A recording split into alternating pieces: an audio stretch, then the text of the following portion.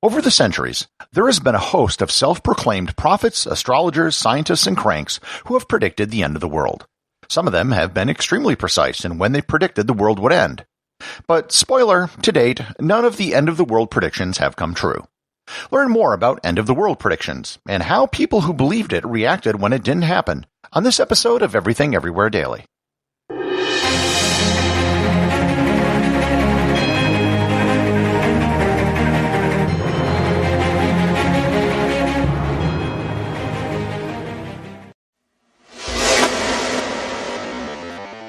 The history of the end of the world goes back about 2,000 years to the beginning of Christianity, although early Christians were certainly not the only group who engaged in apocalyptic predictions. What is meant by the end of the world or the apocalypse can vary from person to person.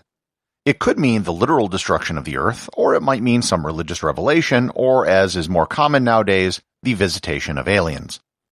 Even if the person making the prediction doesn't literally mean the end of all life on earth, they are almost certainly referring to something happening which would be the end of the world as we know it.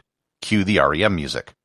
To be fair, the end of the world as we know it certainly did happen to many people in history, in very localized cases. If a city was sacked by Genghis Khan, for example, it might very well have been the end of the world for them. Most of the predictions that I'll be talking about were religious in nature. All three of the main Abrahamic religions, Christianity, Islam, and Judaism, have some sort of apocalyptic tradition. In Christianity, it comes from the Book of Revelations. In Islam, it can be found in the Hadith, and in Judaism, it can be found in the Talmud. The word apocalypse has come to mean a cataclysm or catastrophe in English. However, in the original Greek, the word simply means a revelation. In early versions of the Bible, the Book of Revelations is actually called the Book of the Apocalypse. In the Coptic Orthodox Church, the evening of Good Friday is known as Apocalypse Night. Some of the earliest apocalyptic predictions came from an early Christian sect known as the Gnostics. The Gnostics were a heretical sect that appeared in the 1st century. They borrowed liberally in their theology from early Christianity and Judaism, and they believed that the return of Jesus was imminent. Not at some indefinite point in the future, but it could happen at any time. The return of Jesus wasn't going to be measured in centuries, but just in a few years. While the Gnostics were one of the first groups, predictions of the end of the world became a regular event that popped up every so often. It would be literally impossible to discuss every apocalyptic prediction, so I'm going to try to limit the discussion to either major predictions, which garnered a lot of attention, or very specific predictions. One of the first predictions which tried to nail down the end of the world to a particular day was a bishop in what is today Portugal by the name of Hydatius. Hydatius lived in a time and place where the Roman Empire had gone and chaos reigned. His prediction for the end of the world came from the Gospel of Thomas, which was one of the apocryphal books of the Bible. And those are the books of the Bible that basically didn't make the cut because they couldn't be authenticated. Hydatius predicted the return of Jesus and the end of the world on May 27th, 482. He actually died in 469, so he wasn't around to know if his prediction came true. Another early specific prediction came from a monk known as Baidas of Libana, who lived in what is today northern Spain. He wrote a treatise called The Commentary on the Apocalypse in 776, where he predicted the end of the world would come on April 6, 793. On March 25, 970, the Feast of the Annunciation fell on Good Friday. There were several theologians that believed that this was the date the world was created, so they figured that this must be the day that the world would end.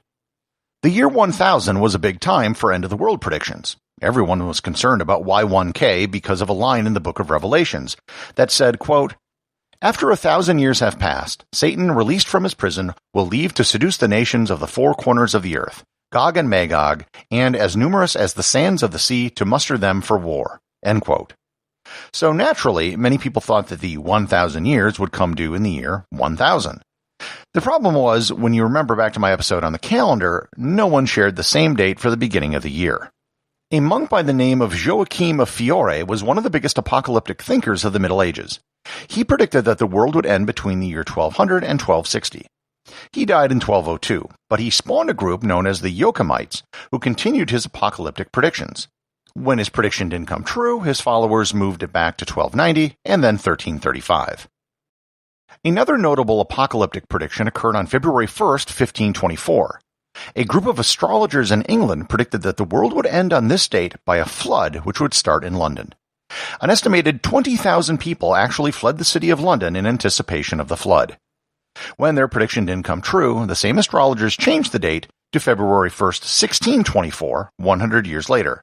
when they would safely not be there to see it happen. The German astronomer Johannes Stoffler said that the world would end just 19 days later on February 20th, because there was a planetary alignment in the constellation of Pisces. With the Protestant Reformation, a whole new wave of apocalyptic predictions occurred. Anabaptist reformer Hans Hut predicted the world would end on May 27, 1528. The mathematician and theologian Michael Stiefel made a very specific prediction that the world would end at 8 a.m. on October 19, 1533. But maybe the best prediction was that of Jan Mathis, who led the Anabaptist Munster Rebellion in Germany. He predicted the end would come on April 5, 1534. On that day, he and his followers led a procession from the city when he was captured and beheaded. So, in a way, his prediction did sort of come true, at least for him. The 17th century saw tons more prophecies about the end of the world. Of special note are two people whom you might know for other things. Christopher Columbus actually published a book called The Book of Prophecies, where he predicted the world would end in the year 1656. Likewise, Isaac Newton also predicted the apocalypse. I've mentioned Newton on many episodes about how he basically created the foundations of modern physics, invented calculus, and inadvertently created the gold standard. What I have not mentioned so far is that most of his life was actually spent trying to decipher the Bible and turning lead into gold, not engaged in actual science or mathematics, which he did when he was younger. His apocalyptic prediction was set well into the future. He said it would occur in the year 2060.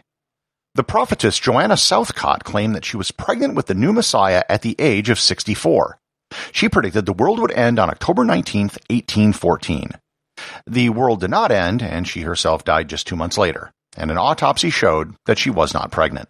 One of the greatest apocalyptic predictions, and one of the ones we have the most information on, occurred in the 19th century. An American Baptist preacher by the name of William Miller established a religious movement known as Millerism. Miller, after extensive study of the Bible, concluded that the end would come on October 22, 1844, after previously predicting April 18th. Thousands of people were gathered in Millerite churches around the country. When the day came and went, it became known as the Great Disappointment. Millerite churches were vandalized, and one group in Toronto were actually tarred and feathered.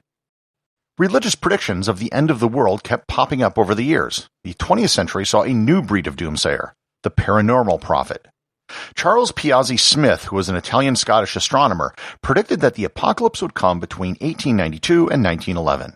And he came to this conclusion by studying the Great Pyramid of Giza. It's hard to even track all of the end-world predictions in the 20th century. It seems that every year somebody was predicting the apocalypse.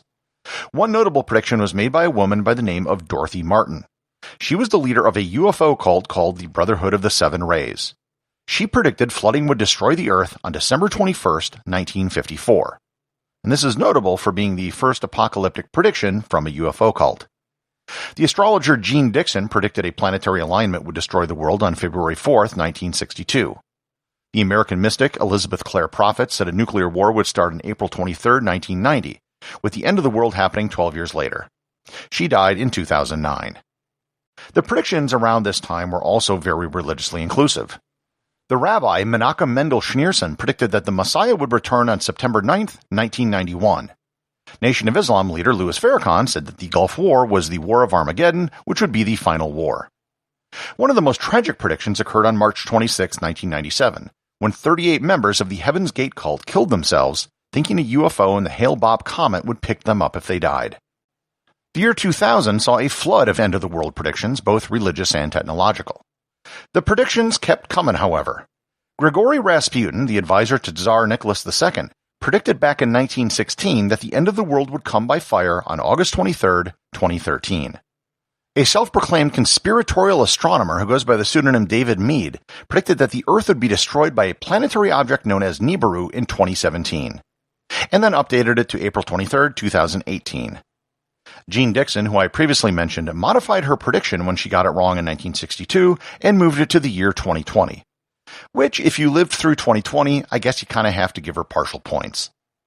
There are some future predictions which are of a totally different nature. These are predictions of the world ending in about 300,000 years due to a nearby supernova and gamma-ray burst, or 1,000,000 years due to supervolcanism, or 600 to 800 million years due to the brightening of the sun, and 1 to 4 billion years when the sun turns into a red giant. So with all these predictions, and again, I barely scratched the surface, What happens to all of the people who believed this stuff when the predictions didn't come true? There was a book published in 1956 called When Prophecy Fails, which studied the 1954 end-of-the-world prediction from the Brotherhood of the Seven Rays UFO cult. The researchers pretended to be a part of the cult so they could see firsthand how the members reacted when the prediction didn't come true. They dubbed the phenomenon disconfirmed expectancy. What they found was similar to what happened to the Millerites in the 19th century, and almost every other movement that predicted the apocalypse.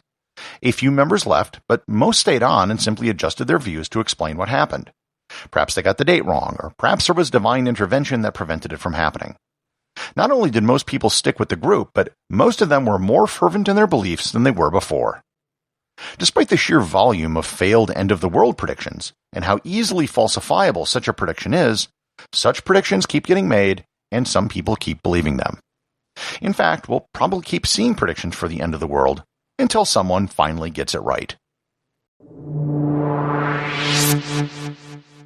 Everything Everywhere Daily is an Airwave Media podcast. The executive producer is Darcy Adams. The associate producers are Thor Thomsen and Peter Bennett. Today's review comes from listener Savio Wong over at Podchaser. He writes, "This is a fantastic podcast. Gary has the uncanny ability to distill any topic into a concise, informative, and easy-to-follow 9 to 10-minute podcast. And when I say any topic, I do mean any topic. As of today, Gary has done over 600 episodes. From the history of barbecue to the Apollo space program, from the Istanbul Canal to the survivorship bias. One never knows what will be next. As a proud member of the I Have Listened to Every Episode Club, I am honored to rate this podcast the highest rating on any scale." Thanks, Savio. If I may paraphrase Forrest Gump, this podcast is like a box of chocolates. You never know what you're going to get. Remember, if you leave a review or send me a boostagram, you too can have it read on the show.